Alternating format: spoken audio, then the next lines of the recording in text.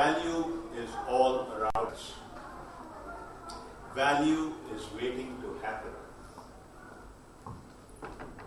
But if we don't recognize something that is waiting to happen, if we don't recognize something that is around us, we're not going to be able to take that and create value. So let me take an example.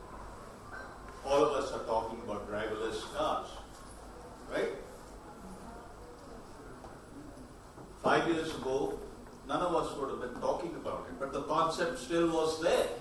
It was just waiting to happen, but none of us picked it up. And therefore, it didn't exist. That value that might have come from driverless cars was not there to the people who have a need. And lastly, when we start to create value like in driverless cars, are we also destroying value?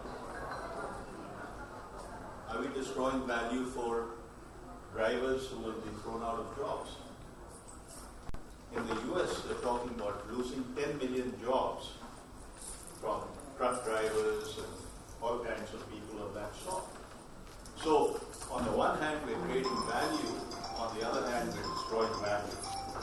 So my point is, understand the word value, create value. We're all value creators. And just look around you and you will find value. So I give an example of trees. And you sort of wonder, how did this liquid in the soil sort of get separated and something reached the leaf? Well, what happened? And these scientists at MIT used this principle to form or make an energy-less pump. So they made a little chip and they can pump liquid without any batteries or without any power. And so that is an example of value waiting to happen.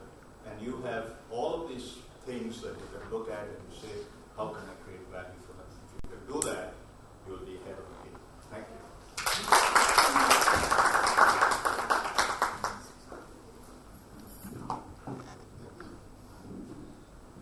So it was worth listening about value and the values, right? And it was a good way to define value, but here today, let me introduce myself. I'm Sanjana Mohan.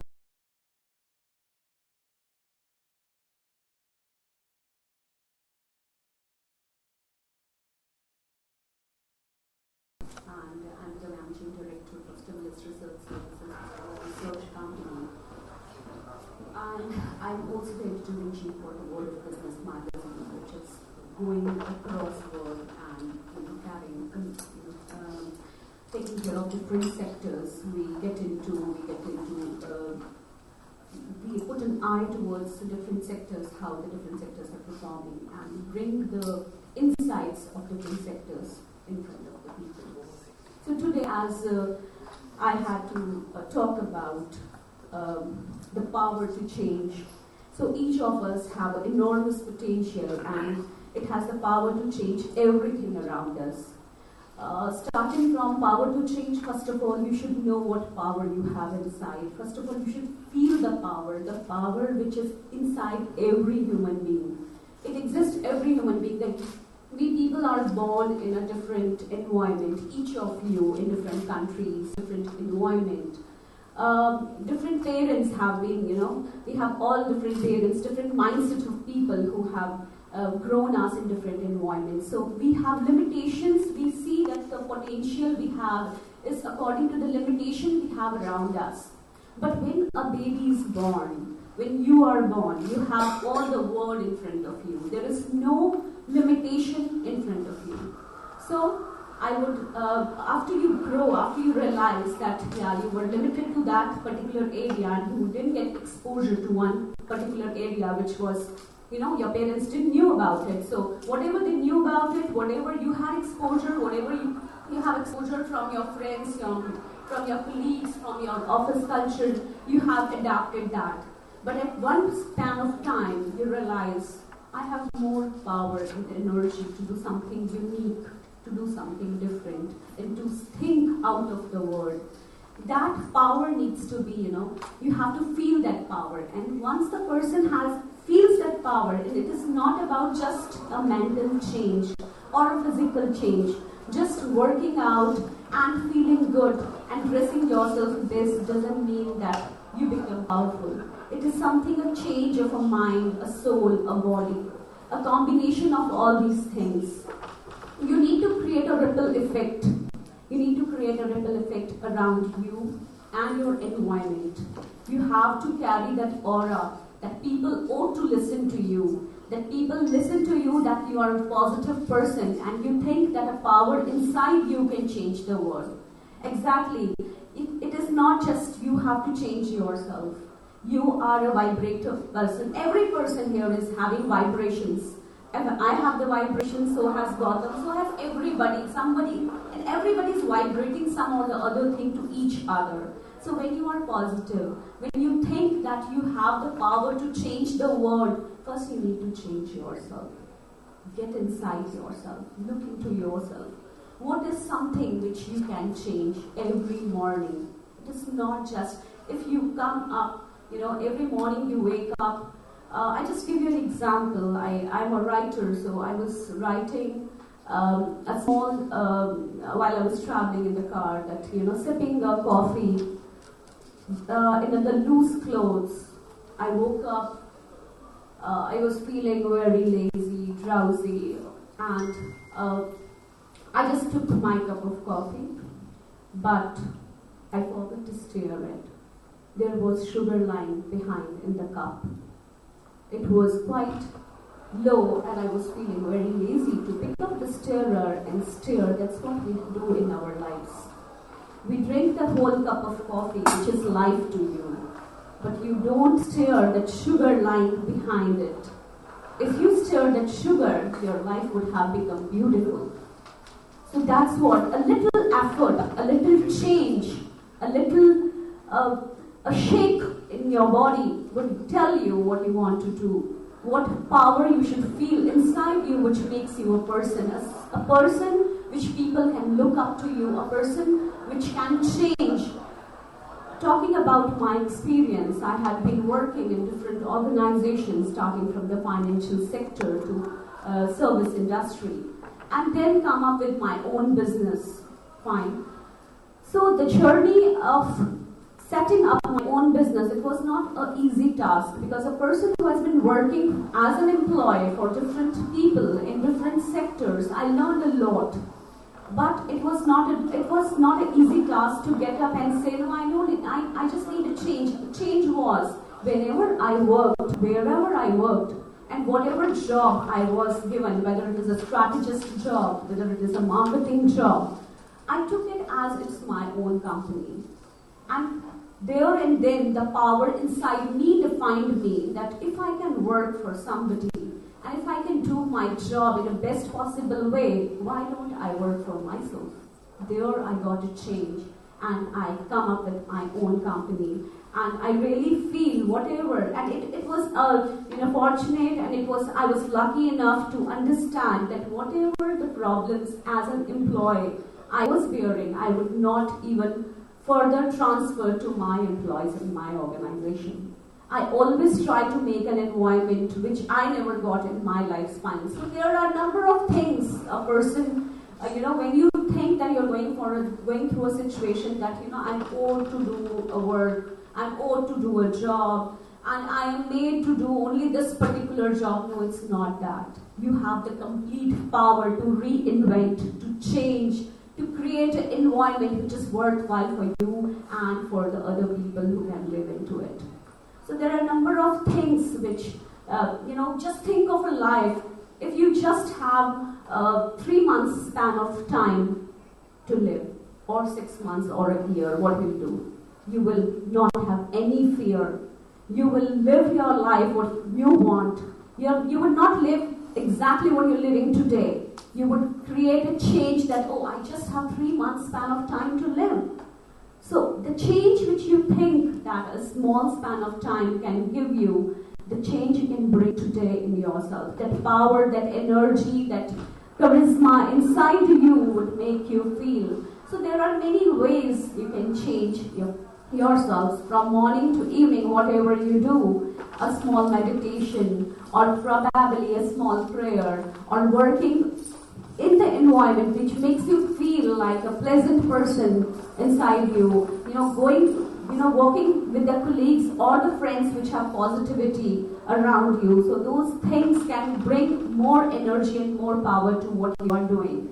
It's really not bad to feel someone, look up to someone that he can be my mentor or she can be my mentor who can teach me to live my life worthwhile. So there are many changes, and all the answers and all the things lie inside you. There is nothing a change which you can give. You can look forward to inside somebody else other than you should look into yourself to bring that change, which can change the complete universe and complete world. It is you who can decide, whether you have a beautiful family or whether you have a wonderful, successful career or whether you have beautiful kids. It is only you, or you have a wonderful house, or even you're connected to the universe. It is only you who can decide with your power inside how you can make your life worthwhile with the energies and the power and the potential you have inside yourself. Thank you.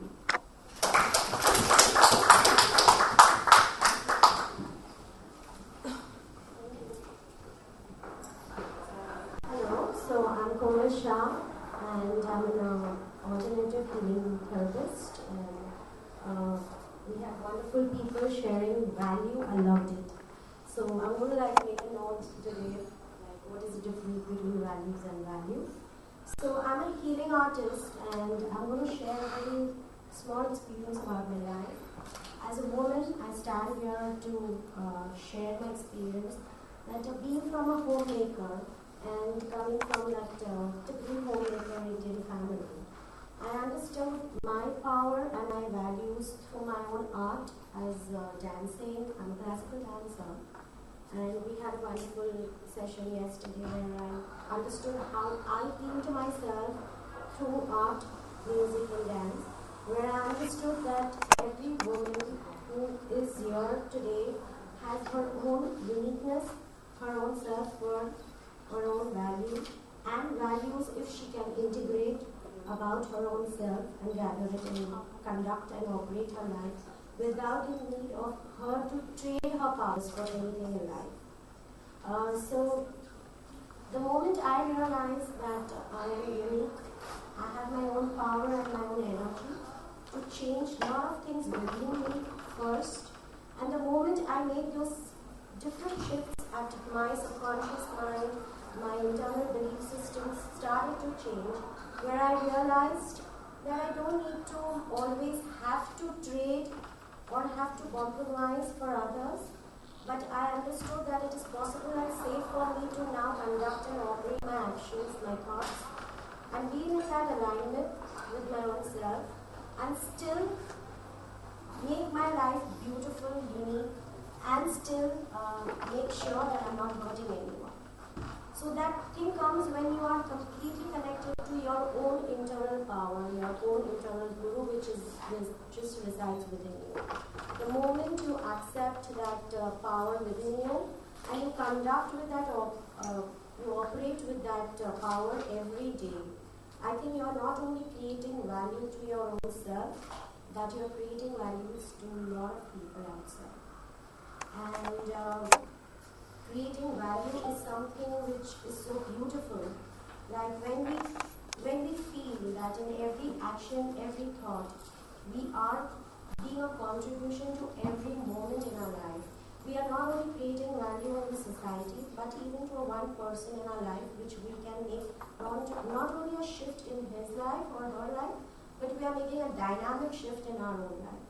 Because I just feel that everything is happening is just an reflection in nature. Whatever we are just attracting things around us. So if we can make that little internal shift within ourselves, we are already attracting a lot of shift in our outside world. And being a woman and coming from a homemaker to where I stand now, and creating my own identity, I think the only way I could do this beautiful journey was through accepting and integrating and listening to my own self and having the courage to accumulate all the power of my own self as a woman and creating my personality. Thank you.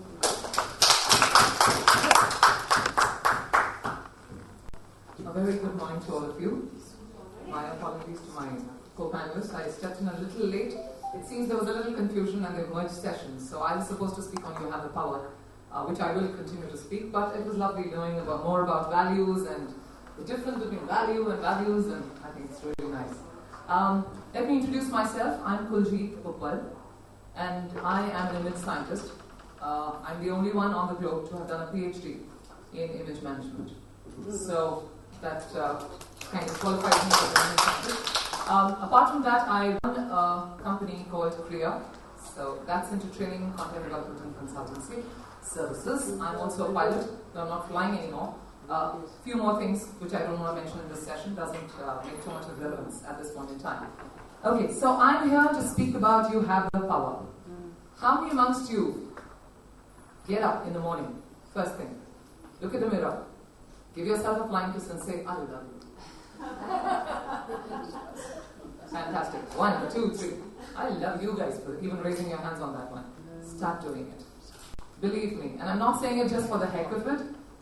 I have actually done this. It may sound very childlike, but there is a child within each one of us, and we should let that die in any case, regardless. So I think the first thing starts with energizing yourself, loving yourself for the way you are. We have to understand we all have imperfections, and developing yourself beyond your imperfections is what power is all about. So at the end of the day, if you can first start from the very basic step of loving yourself with the way you are, and don't stand in front of the mirror and say, I wish my nose was sharper, or I have too much prosperity here, etc., etc. So I think the better thing is to first start off on a good note and say, okay, first is loving myself. For the fact that I've been researching this subject over the last 4 or 5 years, I have to share something that comes to my mind, and I'm completely being impromptu at this point in time. There's a study in psychology which is done about the developmental levels of self. And that starts with your body image. How you feel you are in terms of physicality. It starts with as basic as that. Moves right up through your self-esteem. Moves further into your self-confidence. And then further up to self-competence. And finally your self-actualization of goals. So the reason I said give yourself a flying kiss actually is based on this psychological theory that we talk of in terms of developmental levels of yourself. Right, so now that I'm presuming with my few, let me say, sharing of terminologies, you would understand the journey. That regardless of where you are in that journey of yours, you have to keep looking at yourself in terms of constant growth. Power is within. In fact, Marshall Forbes said a very sensible thing where he said, your failure, and we all have had failures in life, haven't we? Your failure is actually success, provided you learned something from it. That's a learning cost. Right? Absolutely. So if you have looked, and in fact my WhatsApp DP, and right below that, a little liner that I have truly felt by, it's been there for years, God knows how long. It was a quotation I read somewhere and I completely related with it. It just said, I cannot lose, I never lose. I either win or I learn. So if you can look at every catalyst in your life or every episode in your life that probably seemed more like a failure or something that you felt was, a catastrophe in life, actually has taught you something, provided you have opened your eyes to it in the right perspective. It brings me to a small little story I want to share with you. I was an ambassador of India for 6 months to Canada. And I was doing a development program on Moda Social Canada, which is social evils of Canada. And I was dealing with a lot of these people who were into all kinds of crimes and probably social evils. So in one of my meetings where I met this drug addict, he was, of course, beyond the rehab now. He looked like a 75-year-old gentleman. He had his fingers all kind of, turned around, and he kind of didn't look very nice physically because of all the abuse he had been doing over the years. So I was talking to him and I wanted to know more about his family. So I asked him, so tell me more about yourself. And he said, I asked him, why are you the way you are? And he said, my father. I said, what about your father? Incidentally, he also had a brother. So he started sharing and he said, when I was young, my father would always be under the abuse of alcohol and he would hit my mother and he would yell at us and abuse us, blah, blah, blah. So what else do you expect? I went the same path. Fine, I made my notes. But I was intrigued to meet his brother, so it's like it starts with, I think I can do something, I think. And then you say, I think I can. And then you say, I shall do it, I will do it, I can do it. And there you are, I did it. I think it's just a journey of evolving your inner consciousness to telling yourself that you are capable of turning anything around in the world. It's very easy to just say, okay, you have the power. But I think you have to feel this from within. And women, I truly believe, I may sound a little biased here, forgive me, Gautam, I think we have the power as it is.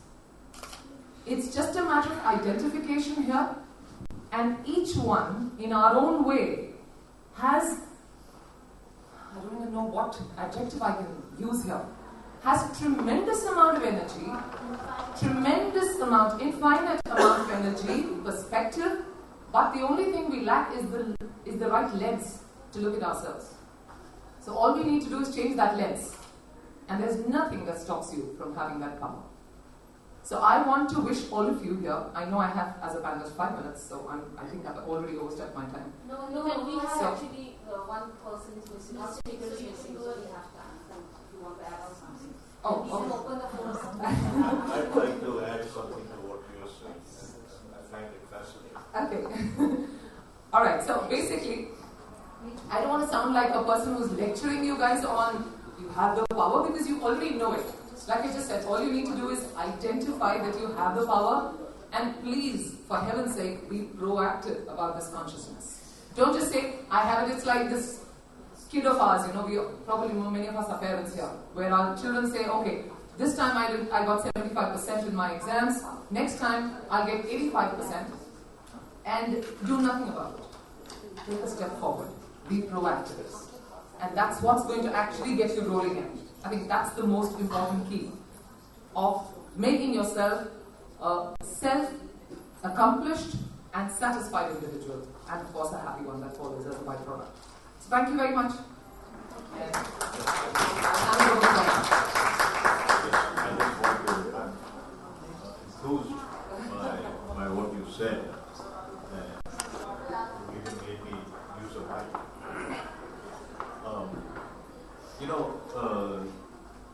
The kinds of things that all of you spoke about, and I talked about value creation.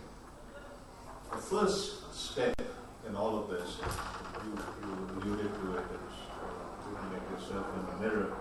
The first step is building your self-esteem, building your confidence. And the reason for that, particularly in a country like India, a lot of people who don't have the self-esteem. If you want people to become value creators, you have the way the decoration is, or you would see if there's a flaw in the floor, or you see things of that sort. If you don't see those things, and I said yesterday that women are the prime example of people who are ambidextrous. They can handle their families, they can handle work, they can handle all kinds of things. And therefore you're much better suited to be value creators. So thank you for starting that thought process, because I wasn't going to talk about it. I also want to show you that we have a journal of creating value. It's a global journal. And we're going to do a global conference on creating value in the UK in May of next year.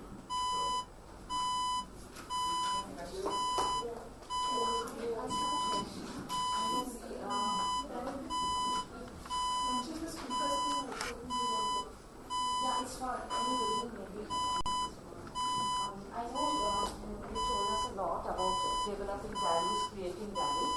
But it becomes very difficult when you are leading and you have to create the value collectively in a bigger team, in an organization.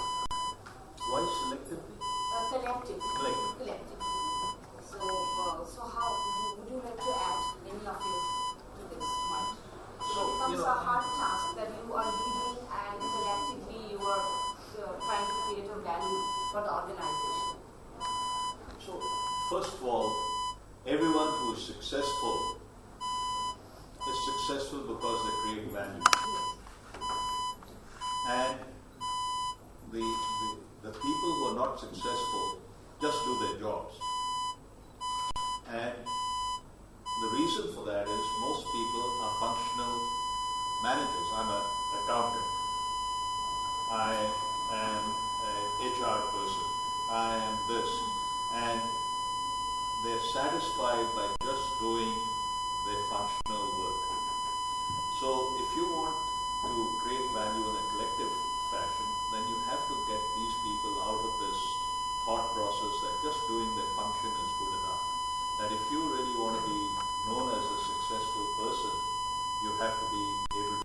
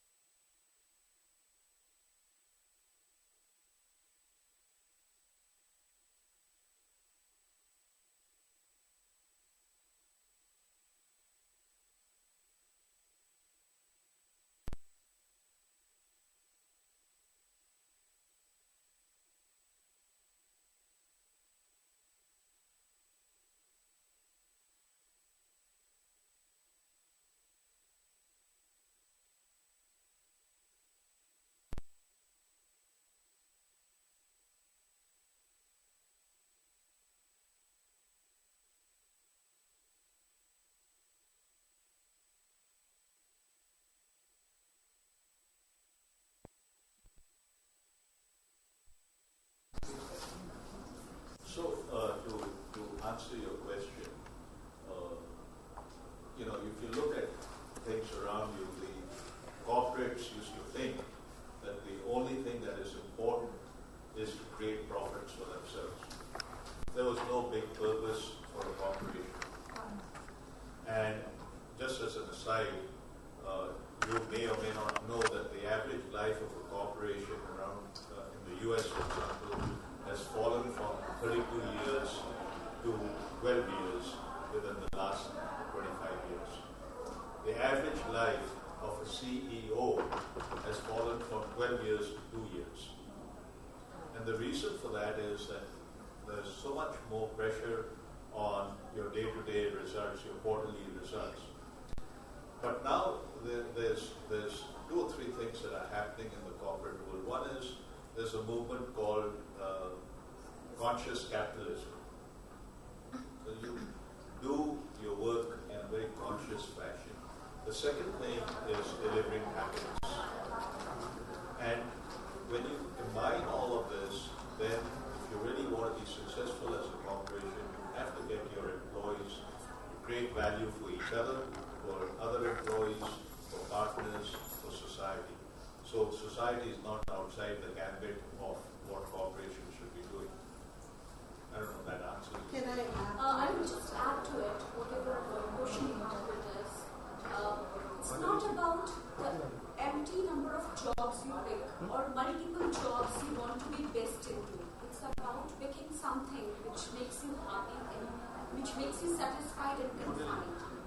Even if you are doing the best for your own company and you're not able to do something for the society, take out some time for yourself and do something for the society which makes you gives you a satisfaction that you're something doing apart from what you're doing for your job. So I think that makes it clear that it is not about doing multiple things. So I want to do this, I want to do that, I want to do because the other person is doing so. No, it's not. If you're happy, good enough, and doing best in your job, that's enough for you. Because at the end of the day, you have one one life to live. It's not multiple lives you're living, and you need to be happy. The end thing is, the happiness is the main thing which brings everybody at one point that I need to be happy to do. So to be happy, what do you have to do? You need to address to your portion. Thank you. If corporates are doing CSR also these days. Yeah. Thank you for what you have said, but we can be happy individually, but we live in society. There are those who create values and magic, spread the magic, but there are those who want to destroy, let's say, nationalism, fascism, terrorism. So how would you answer? How I, with my values, my value system, could easily change them? Can I, being a happy individual, and slowly? Yeah, I think you can. What is happening is, what we are trying to do around the world is trying to get everyone to think about creating value. And what does that mean? When you go to a college, there was a college person here. When you go to a college, they teach you to be a good efficiency expert, to be a good administrator, to be a good manager, to be a functional manager.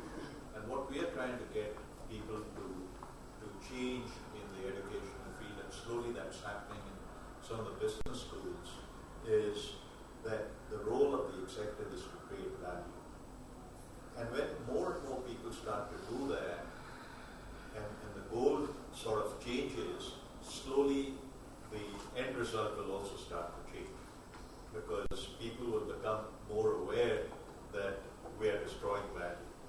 As long as you're not aware that you're destroying value, you will continue to do that. So we need to get people to become more aware. If some few become aware about what we talked about today, we would have made a great start. It's a long journey. There are 20% of people So we who have want to one change the course. Yeah, before we take another round of questions, we have another speaker, Sapna Khandel.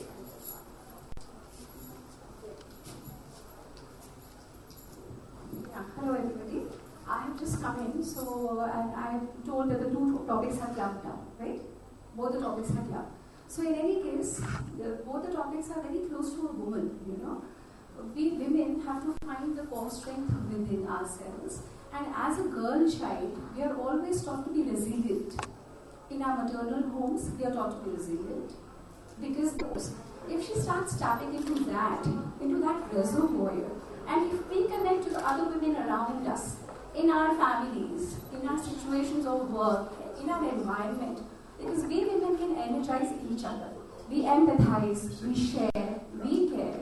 And if we find it a value, if we find a value for ourselves, we can spread that value to the world. So here I was, a girl of 19, I got married into a huge joint family of 40. And within 2 years, I had 2 children. So a girl of 21, now with 2 children. But my mom kept on telling me, sweetheart, you can do it. You can find your way out, even in those 40 people. You have to raise your children. You have to do everybody for the family. But if you are doing your duties, you will find your way. And I slowly got into work. I became a jewelry designer. I started designing sarees and blouses. And few years down the line, in 2014, both my son and my daughter got married. Now, once they got married, I'm taking you a little further. What I realized was we women in India, because of this globalization and westernization, we've hardly stopped wearing the sari. So saris became my calling, our passion. And we found a way to rekindle the sari. Through saris, I found myself. Always, since I was 16, my mom, who passed away just a month ago, she would tell me, you look your best in a sari. And all those things come flooding by you. Those saris have rekindled that thing in me. I found value for myself. And I found that if our cause is unselfish, if our goal, if we can connect with everybody, if I can include all in my vision, if I don't think just for myself, I think for everybody else, I've already added a value to myself and to the other. I can make them connect to me, and through this, we started a movement called Devditi. We now basically join hands together to empower the urban women. Urban women, people think only rural women need empowerment, but urban women are so empty within. You may have the best of everything. You may have the best of jewelry, the best of clothes, the best of brands, but you're so empty unless you give it back. Unless you give it back in some way or the other to society at large. And you, like you just said, we are all social beings. So we have this interdependence with each other. So unless we do that, unless we find that, and that can only come once we are centered, once we are calm, once we accept, once I have no competition with anybody. She has her space, I have my space, and we all come in our destinies, but we have to work towards that. And once we start doing that, we've already added value to ourselves, to everybody in the environment, and then you're a happier person, calmer person, you radiate that calm, you radiate that happiness. In India, the women have always been worshipped as Mother Shakti, the goddess Durga. We just have to evoke that from within us. That is it. So one citizen, we are multitaskers by nature. Naturally, we are multitaskers, and we fit into the roles effortlessly, from a wife and a child to a mother to a daughter to to a mom and grandmom to a 1.5-year-old baby. I was so touched by the question that my soul sister over there asked about our values and how with the world and all the craziness that is going on around us. And so I thought my question is not as important as just contribute something to what my sister said, because that's such an important question. I just wanted to say, talking about value, like all of us have said here, all of you have said here so beautifully, we all have value. We have at least established that. But I think the thing that could help us is deciding our sphere of influence. We all have some value that we can give, but some have a bigger spheres of influence. Those like, for example, you traveling in diplomatic service, you have a different platform. But that is not also to say that the mother, your mom, how she influenced you, do you understand? She put some value in you. So know your sphere of influence. It could just be the only place where your value could be felt, where you could put it out there, could just be your son or your daughter. So that's your direct sphere of influence. But you've also got to realize that through that your son or daughter, they could indirectly influence more people through that. So sometimes it's not somehow the platform that you have. So if you have a value like my soul sister said, of love and peace and tolerance and stuff like that, and you might not be able to stand and speak like the great orators like Mahatma Gandhi and do all the great things that he did, we start somewhere. Like I'll give an example. My grandmother, when she was not educated, she raised my father.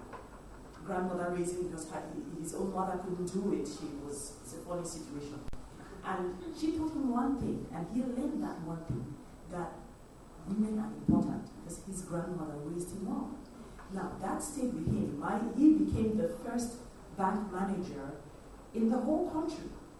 But consequently, he became the first, and probably in those days, the only bank manager who would give loans to women who wanted to do business. Why? Because his grandmother had shown him that women can do something great.